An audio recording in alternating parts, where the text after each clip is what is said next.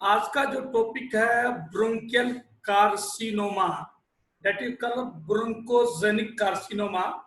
उसको उर्दू में सरताने रिया या सोलाते रिया भी कहते हैं। ठीक है।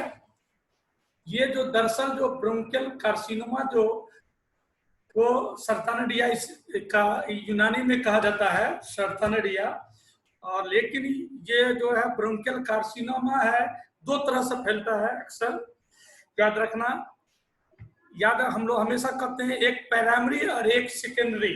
किसी चीज में भी एक प्राइमरी और सेकेंडरी। सेकेंडरी प्राइमरी जो होता है खास पर्टिकुलर उस चीज के नतीजे में होता है। जैसे लंग्स का बात कर रहे हैं तो लंग्स कैंसर पर्टिकुलर लंग्स में कैंसर ही में पहले होता है। और सेकेंडरी में जैसे इंटेस्टाइन में अगर कैंसर है वो पेनिट्रेट करके दूसरे में गया, उसको सेकेंडरी। दोनों के वजह से हो सकता है, सेकेंडरी और प्राइमरी दोनों में हो सकता है। The most common simple classification of the lung cancer based on the characteristics of the disease and its response to the treatment, इसको पहले दो भाग में बांटा गया है, स्मॉल सेल कैंसर SCLC, दूसरा नॉन स्मॉल सेल कैंसर। पहले ये दो इसको बांटा गया, तब लार्ज सेल में भी बांटा गया है।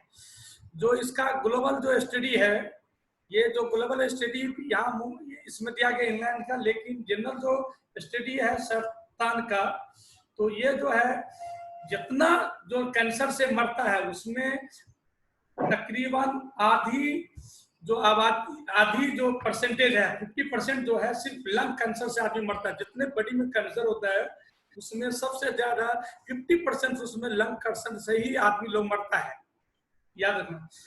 और ये एक कैंसर का जो उम्र होता है, एक उम्र होता है 40 से प्लस से। कोई भी कैंसर का अक्सर एक एवरेज उम्र है 40 प्लस, 40 से 55 साल ये कॉमन एक एज है।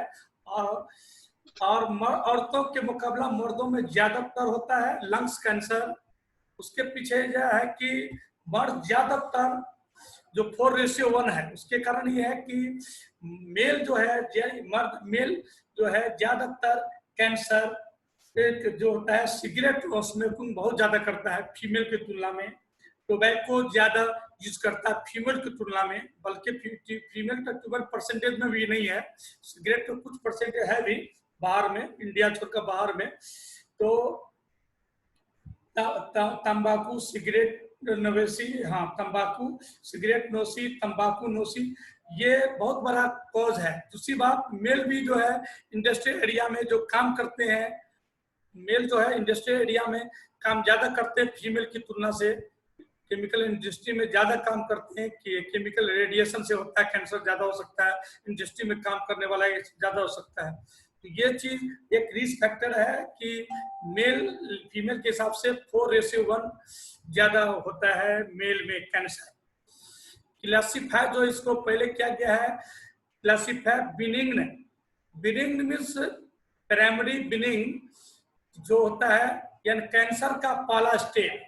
तो कभी कभी पैनल का पहला स्टेज को ही बिनिग्न कहते हैं, और उसका दूसरा उसी में क्लासिफाई में मेलिग्नेंट। और मेलिग्नेंट जो कहते हैं, मेलिग्नेंट में कैंसर हो जाना common, very rare common sentence है कि कैंसर हो जाना मेलिग्नेंट। तीसरा एक टर्म है मेटास्टेटिक्स, वेरी कॉमन, ये भी कहता है, ये भी कॉमन चेंजिंग है।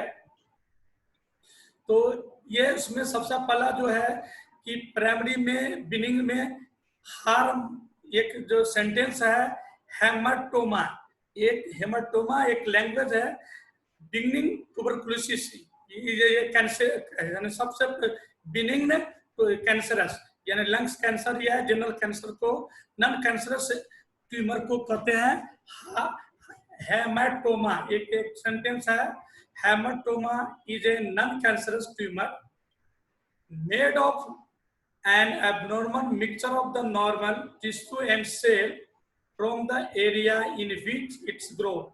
यानी एक तरह की ग्रोथ है, लेकिन कैंसर का पहला स्टेज है। लेकिन अक्सर ये चीज 80% ये कैंसर में चेंज हो जाता है। किसी को कुछ दिन का ट्यूमर आ जाता है, ऑपरेशन कर दिया तो उस पर निकल गया तो नॉन कैंसरस रहेगा। इसलिए hematoma can grow on any part in the body, including the neck, face, and head. In some cases, hematomas grow internally into the place, such as the heart, brain and lungs. Heart में भी कभी कभी हो सकता है, लेकिन अक्सर heart में ये चीज नहीं होता। हार्ट के एक वाल में हो सकता है, लेकिन अंदर में इंटरनल लेयर में अक्सर नहीं होता कैंसर। हार्ट ब्लड कैंसर होता है, एक तरह के ट्यूमर सी ग्रोथ हो सकता है, उसके कारण कभी कभी रेयर में मिलता है, इसको जनरल नहीं है। दूसरा है स्क्वामस पेपिलोमाटोस। तुम लोग को बहुत ज्यादा मिलेगा कि स्क्वामस सेल कार्सिनोमा मिलता है, अक्सर सुन देखोगे स्क्वामस से।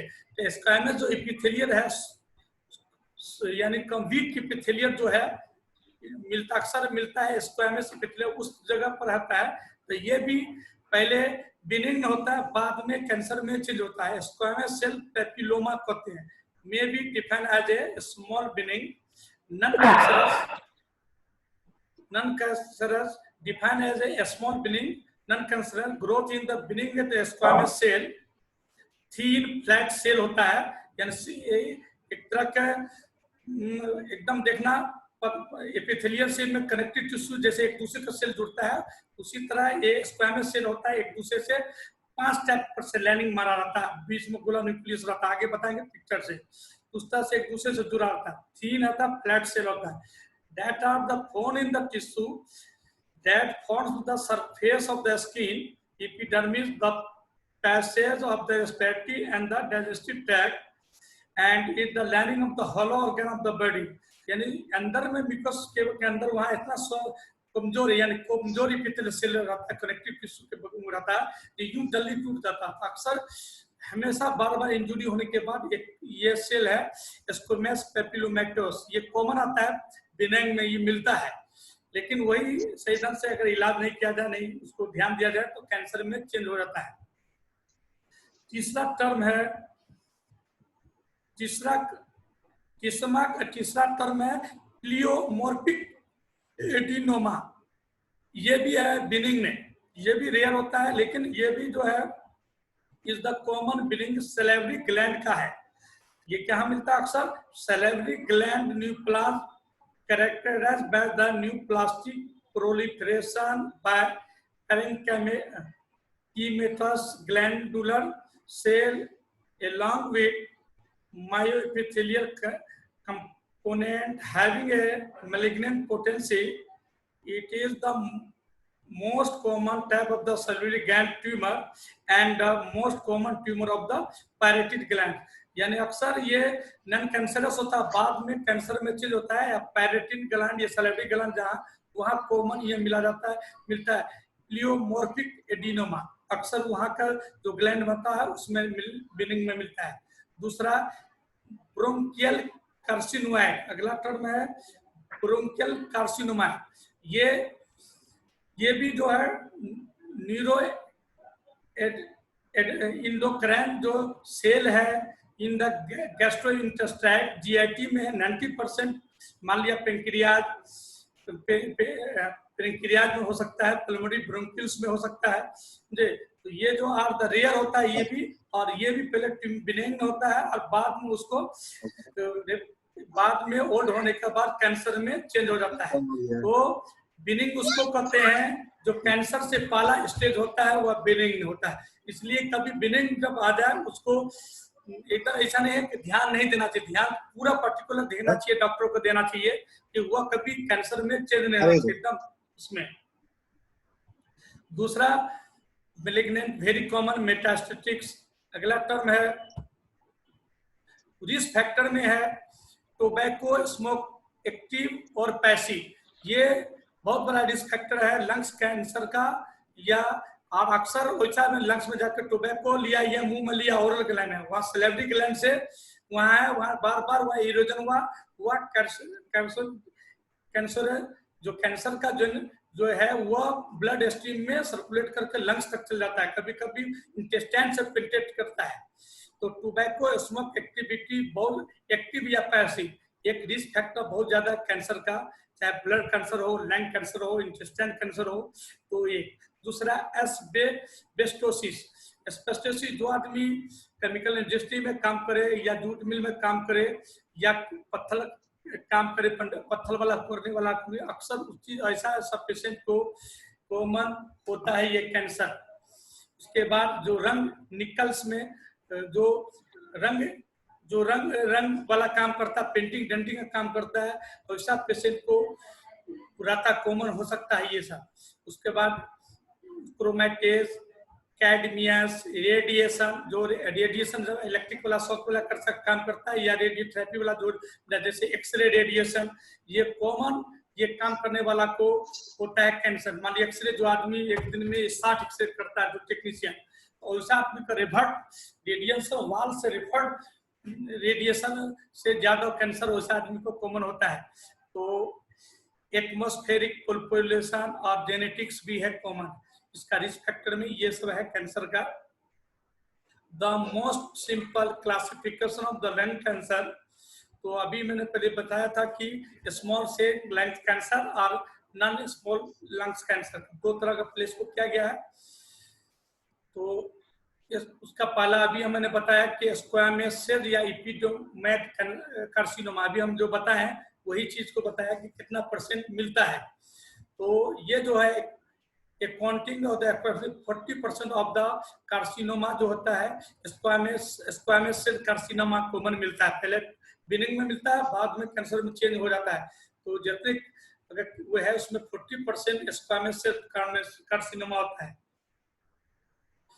उसके बाद देखो ये यही पता चलता है, जो पिक्चर से ये पता चल रहा है एपिथेलियल का सेल है इस तरह का है, और यही देखो ये एक तो है दूसरे एपिथेलियल से मिला रहता है, और एक दूसरे से ये सेल डिस्ट्रॉय, पिक्चर से पता चल रहा है कि डिस्ट्रॉय हो गया पूरा, और जितने ही सब छोटा सब वही सब सेल है।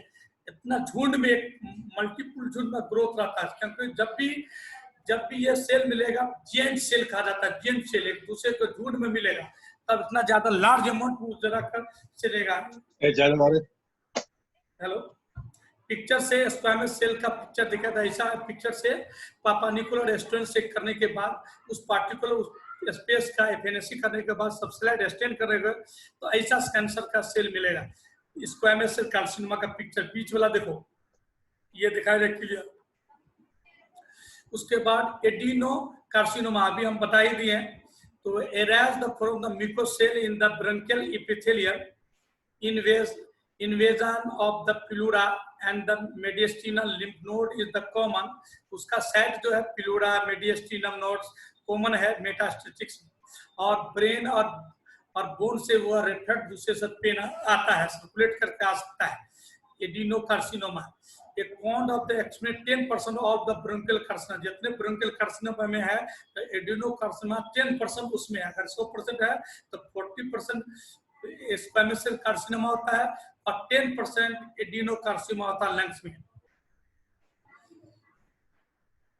The most common bronchial carcinoma associated with the asbestosis.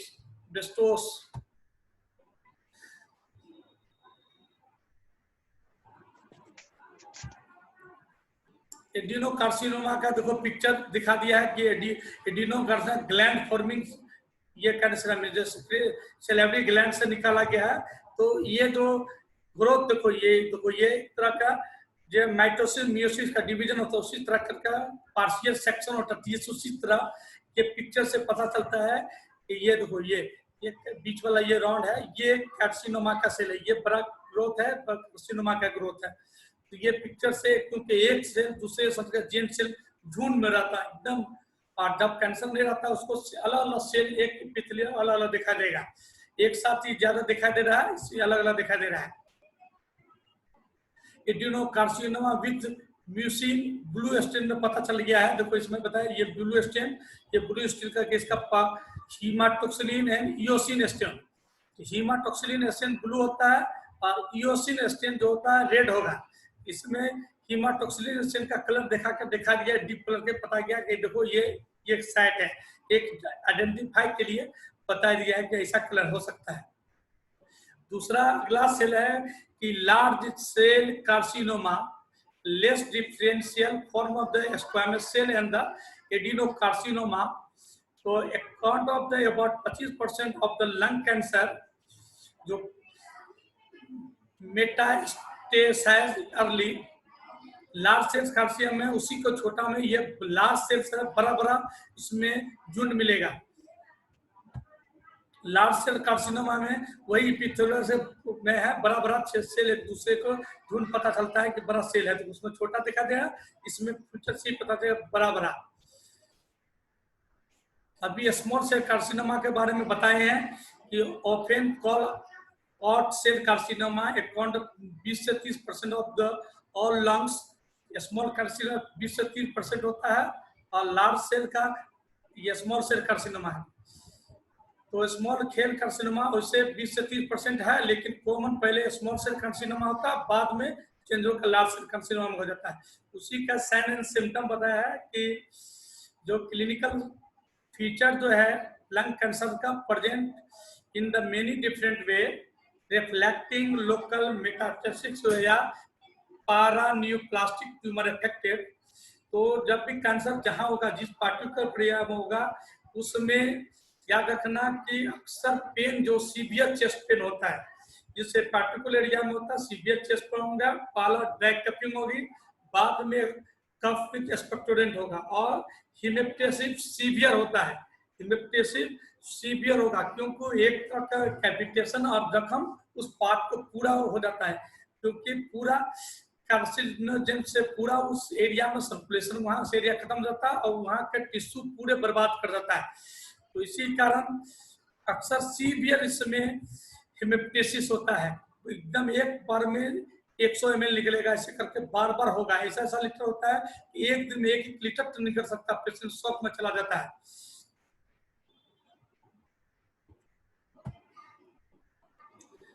Clinical feature में लंग कैंसर का देखे तो सबसे पहले कोई भी कैंसर होगा, फीवर तो जनरल चीज है, ड्राई कफ, चेस्ट पेन होगा, हिमेप्टेसिस कॉमन है। उसके बाद जब अंदर फीवर रहता है, यहाँ दिखाया गया क्लिनिकल फीचर कॉमन दिखाया कि ये साइन बताया गया है, लेकिन ऐसा नहीं है, ये क्रोनिक में साइन मिलता है। जिस पार्टिकुलर एरिया में होगा लंग्स में, तो वहाँ ठोकने पर डल साउंड होगा, जनरल वैसे रहेगा तो एस्टोनी डल होगा, परकशन करने पर एस्टोनी डल होगा, प्रेजेंट अक्सर रहता है क्योंकि हार्डनेस होने के बाद वैसे स्टोनी डल हो जाएगा। और पेरीफेरी में क्लबिंग ऑफ फिंगर मिलेगा, क्योंकि पेरीफेरी में साइनोसिस, सेंट्रल साइनोसिस हो सकता है और पेरीफेरी में ऑक्सीजन कम जाएगा, जिसके कारण से क्लबिंग ऑफ द फिंगर मिलेगा। तो ये साइन उसका है क्लिनिकल फीचर। और उसके बाद जिस एरिया में है, जैसे ब्रोंकुल्स में है, छोटा में है, तो लेट से डिसेनिया नोएक्जेशन हो, लेकिन ब्रोंकस बड़ा लार्ज में ब्रोंकस में है तो ज्यादा डिसेनिया नोएक्जेशन जब पहले ही होगा, शुरू में होना शुरू हो जाएगा। और जिस लोब में होगा वो लोब्स का क्लब्स ऑफ लोब हो सकता है। तो ये सेंसिटिव है, जनरल दम फुल का उस तरह मिलतेगा, लेकिन एक्सरे ही से पता चलेगा, सीटी स्कैन से पता चलता है कि ये चीज है। स्टेथोस्कोप से देखने से डेमनिश साउंड मिलेगा, समझे। और पहले तो शुरू में लगेगा न्यूमोनिया है, बाद में हो सकता है कहेगा कभी कभी डिफरेंस रहेगा, ट्यूबरकुलोसिस लगेगा, लेकिन सीटी मेडिसिन दोगे उसका क्लियर नहीं ठीक होता रहेगा, बाद में एंटीबायोटिक से तब उसको डिफरेंस डायग्नोस्टिक सीटी स्कैन करने के बाद क्लियर पता चलेगा, तो इसको ये होगा। तो इस तरह के इसको एक मिनट